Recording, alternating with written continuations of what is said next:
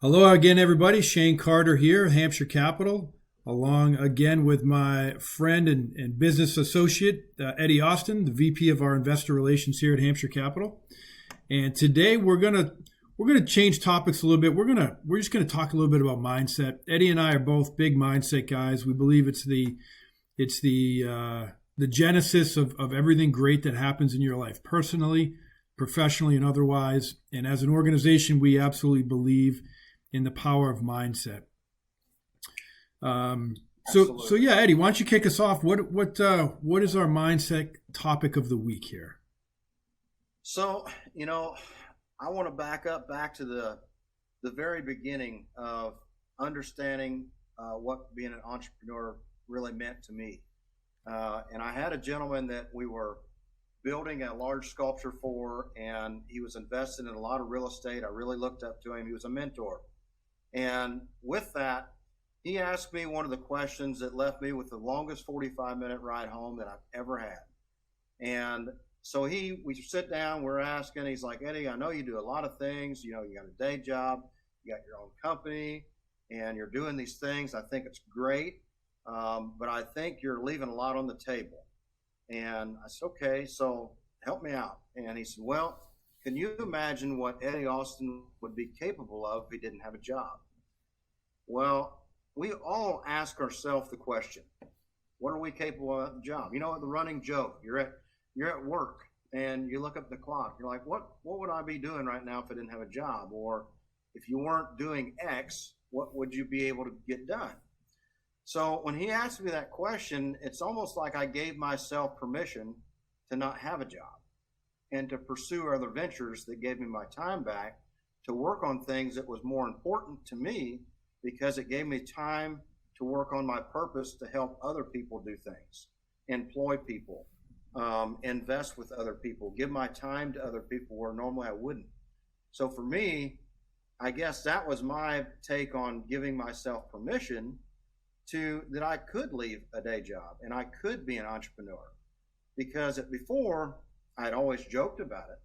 I had always dreamed about it. But until I was truly asked that question, I never really thought about actually doing it.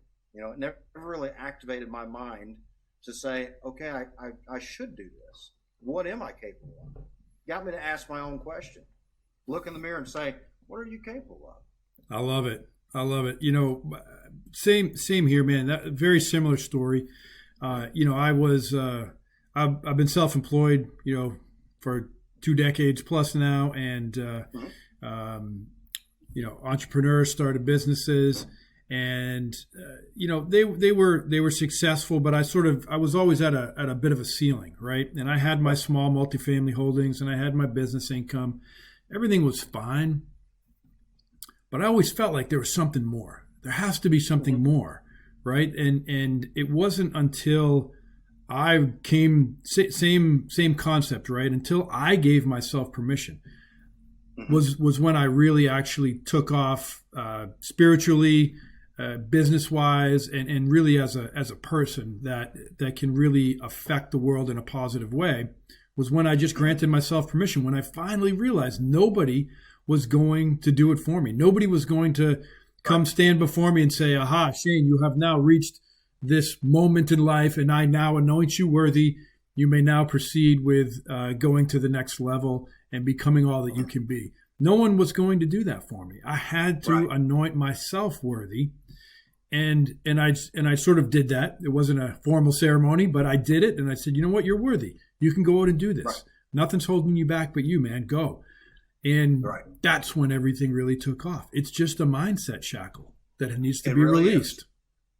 It really is. And I think when you come down to it, when you really look back, you had ran other business and other companies successfully for other people. You essentially should have realized that you had your experience to be a successful entrepreneur or a business owner at that time, because you've done it for other people. You probably managed for other people. It's just you never really thought about, I could do that for myself. Yeah, that's right. And we probably should save a whole other episode about, about your why and why do we do this. But, you brought up something in what you just discussed, Eddie, that hit home for me, which is, it's really about helping others, right? I mean, we help everyone within our company. We help our investors. We help our residents. It is a culture of giving. It's a culture of doing well by doing good. And that, to me, is really important. That's who we are and why we do what we do. But beyond that, any personal wealth that I accumulate in this life is really the entire purpose is to really serve and give back to society. That is the purpose of the wealth that I will accumulate. And my children are being raised with that as their mantra. That is the goal. That is our role. That is our responsibility.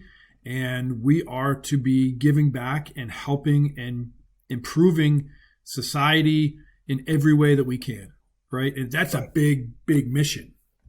But oh man, it only takes one step. Yes, you've touched on a subject right there that brings up a point that I have so many people that ask me the question, dude, what is your deal? Why do you feel like that you need to have this X number of dollars worth of wealth? Like, why do you thrive to be so rich? Is this some egotistic goal? And I said, no. I mean, I don't even like speaking in my own bio about myself because I feel like it's viewed egotistically. I would rather someone be hired to say, this is who Eddie is.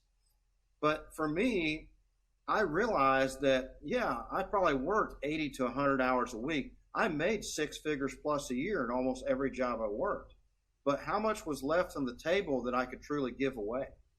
And that's the part that really bothered me. And that's why I started chasing that entrepreneurial dream is, okay, this company still doesn't give me enough money to truly give back. If my parents called me up and said, oh my God, son, we've lost our Social Security and we need, $1,500, $1,800 a week, I wanted to just set them up on a continuous wire where I just wired them that X numbers of dollars every single month. And when I worked for someone else or I've worked in a partnership with other companies, I never had enough money to do that. But that was always the dream. It was to be able to have enough to give back. And I think that's what I was always chasing. It wasn't to work 80 hours a week. It wasn't to be the highest paid guy. It was to be able to have enough money, financial pundency to be able to give away. Yeah, 100%, man.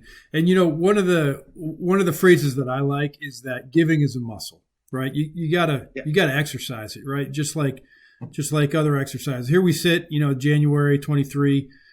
Folks are making and hopefully not breaking their New Year's resolutions, but for most people, it's going to the gym and working out, right? And trying to build their muscles and their health and their cardio and their fitness and their physical well-being. Well, guess what? Giving is also a muscle that needs to be flexed. And so whatever state you're at, if you practice giving, whatever financial position you're in, if you practice giving now, you will actually attract more money to be able to give more. And it seems counterintuitive, but that is how it works, right? The more you give, the more you get, the more you can give.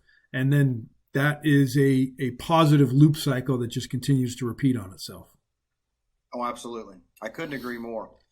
Yeah. And when it comes down to mindset, I feel like you have to be a daily practitioner of keeping the negative out. Mm-hmm.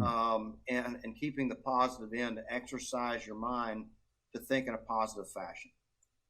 So many times it's so easy to react to some problems that maybe cause you to react to every problem and not be proactive at all. And it ruins the mindset.